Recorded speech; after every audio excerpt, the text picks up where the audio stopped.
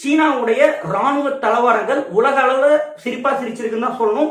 ஏன்னா அவங்களுடைய சீனா பாகிஸ்தான் கூட்டு தயாரிப்பான J-17 தண்டர் பற்றியும் அந்த HQ-9 ஏர் டிஃபென்ஸ் பற்றியும் தொடர்ந்து பாகிஸ்தான் வந்து ஒரு பெரிய ப்ரோபகண்டாவே பண்ணியிருந்தாங்க. ஏன்னா இதெல்லாம் இதை வச்சு இந்தியா நாங்க வீழ்த்துவோம் அப்படிலாம் சொல்லியிருந்தாங்க.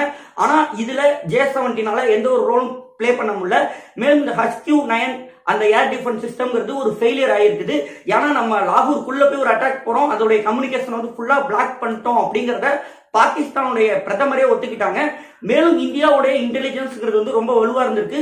நமக்கு அனைத்து விதமான உளவு தகவல்களும் இதை தெரிஞ்சிருக்கு. பாகிஸ்தான்ல பிரதமருடைய இல்லம் எங்க இருக்கு, அவங்க இப்ப எங்க இருக்காங்க, மசூத் ஆசானுடைய வீடு எங்க இருக்கு, இந்த தீவிரவாத முகாம்களுடைய இடங்கள், இது போன்ற துல்லிய தகவல்கள் நமக்கு தெரிஞ்சிருக்கு. ஏன்னா பாகிஸ்தான் பிரதமருடைய வீட்டில இருந்து வெறும் 2 கிலோமீட்டர் சுற்றளவுக்குள்ளேயே ஒரு ட்ரோன் தாக்குதல் நடந்திருக்கு. பாகிஸ்தானுடைய ராவல்பிண்டியில இருக்கக்கூடிய ராணுவ தலைமையகத்துக்கும் அருகாமை